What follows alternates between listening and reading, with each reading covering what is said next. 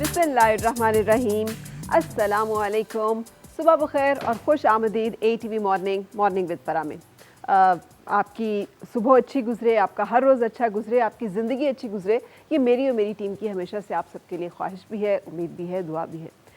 आजकल आपने देखा होगा बच्चे जो हैं और हमारी यंगस्टर्स ख़ास तौर पे, वैसे तो इसमें एज की कोई लिमिट और कैद नहीं है, लेकिन यंगस्टर्स वेपिंग का कॉन्सेप्ट जो है वो बहुत ज़्यादा है। मैंने आजकल जितने बच्चों को देखा है, जितने यंगस्टर्स को देखा है, सबके हाथ में वेप होता है और वो बड़े प्राउडली जो है ना वो जिक्र कर रहे होते हैं इसमें ये वाला फ्लेवर है और ये वाला फ्लेवर टेस्ट करके देखो। और to look cool and to appear, जिसे कहना चाहिए वेरी ट्रेंडी, जैजी, और जिसे कहते हैं पीयर प्रेशर, वो समझते हैं कि सब कुछ जो है ये करना बहुत ज़रूरी है ताकि वो अपने जो साथी हैं, अपने जो लोग हैं, उनमें एक ज़रा सा एक इमेज ऐसा कैरी कर सकें कि जिसकी वजह से सब लोग उन्हें देखें और कहें वाओ, और ये फ्लेवर जो मैं लेके आया हूँ ना, ये देखो, ये फ्लेवर ट्राई करके देखो। और मैंने अक्सर उन सब से पूछा कि आप ये जो वेप कर रहे हो तो आपको अंदाज़ा है कि ये ख़तरनाक है? तो उन्होंने बड़े आराम से कहा कि नहीं नहीं नहीं, ये हार्मलेस है, स्मोकिंग नहीं है, ये स्मोकिंग के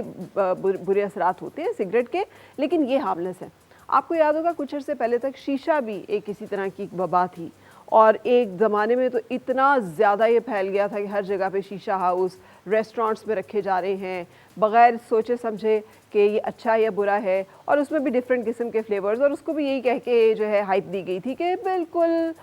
जिसे कहना चाहिए हार्मलेस है, इसका कोई साइड इफ़ेक्ट्स नहीं है। बाद में पता चला कि निकोटीन इसमें जो है वो सिगरेट से कई गुना ज़्यादा है और इसका नुकसान जो है वो सिगरेट से मल्टीफोल्ड ज़्यादा है। लाइकवाइज अभी एक रिसर्च जो सामने आई है उसमें एक पॉपकॉर्न डिजीज़ लंग्स की,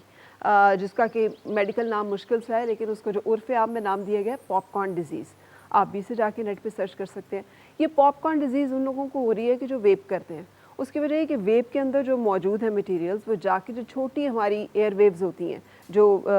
हमारी एयरवेज हैं लंग्स के अंदर, उनको मुतासर करते हैं और वो फट जाती हैं, स्वेल कर जाती हैं, और वहाँ पे जो इन्फ्लेमेशन कॉज होती है तो बिल्कुल लंग्स में ऐसे लगता है जैसे छोटे छोटे पॉपकॉर्न्स बने हुए, और उसकी वजह से जो ब्रीदिंग डिफ़िकल्टीज़ और जो प्रॉब्लम्स होते हैं आप अंदाज़ा लगा सकते हैं। और फिर एट यंग एज, उस उम्र में कि जिस उम्र में आगे पूरी ज़िंदगी पड़ी हुई है और आपको वो that disease can turn into anything. अभी तो ये पता चला है कि इसकी वजह से ये मर्ज़ हो रहा है और उन लोगों में पाया जा रहा है जो कि वेप कर रहे हैं। तो जो जब बाद में ये इवेंचुअली क्या रुख इख्तियार करती है और इसके क्या क्या कॉम्प्लिकेशंस होती हैं, दैट इज़ येट जिसे कहना चाहिए टू बी नोन। तो मुझे सिर्फ ये अर्ज़ करनी है कि हमें अपने बच्चों को बहुत ज़्यादा एक चीज़ पे समझाने की शायद ज़रूरत है कि हर वो चीज़ जो ट्रेंड में आ रही होती है और हर वो चीज़ जो नई होती है, ज़रूरी नहीं कि वो अच्छी भी हो। और एक जो रवा रवी की रविश है ना कि उसने किया, उसको मैंने देखा, मुझे अच्छा लगा, मैंने भी किया, उससे उसमें कुछ चीज़ें तो चलें ठीक हैं जिनको आपको लगता है कि असरात जो है इतने बुरे नहीं होंगे। ड्रेस में कुछ आ गया है ट्रेंड और आपको अच्छा लगा और आपको लगता है आपको सूट करता है और आप फॉलो करें, चलें, यहाँ तक तो ये मामला जो है ये ठीक हैं। लेकिन ऐसी चीज़ें जिनका कि हमारी सेहत से, हमारी ज़िंदगी से असर है, सो उसके बारे में हम सबको बहुत केयरफुल रहना बहुत ज़रूरी है। और मदर्स स्पेशली चेक करें अपने बच्चों को, स्कूल से आने वाली फ़ीडबैक पे नज़र रखें, उनके साथियों पे नज़र रखें। अगर फ्रेंड्स कर रहे हैं तो बच्चे में बहुत ज़्यादा टेंडेंसी है कि वो भी कर रहा होगा या वो भी कर सकता है। सो बच्चों के दोस्तों पे नज़र रखें, उनके बैग्स, उनके ड्रॉर्स, उनके रूम्स, इन चीज़ों पे नज़र रखें, क्योंकि उन्हें नहीं अंदाज़ा है कि इस वक्त उनकी सेहत जो है वो कितनी कीमती है। जवानी की ताकत इस किस्म की होती है कि इंसान को लगता है कि वो शायद पहाड़ भी उठा लेगा और सारी ज़िंदगी उठा ही सकेगा,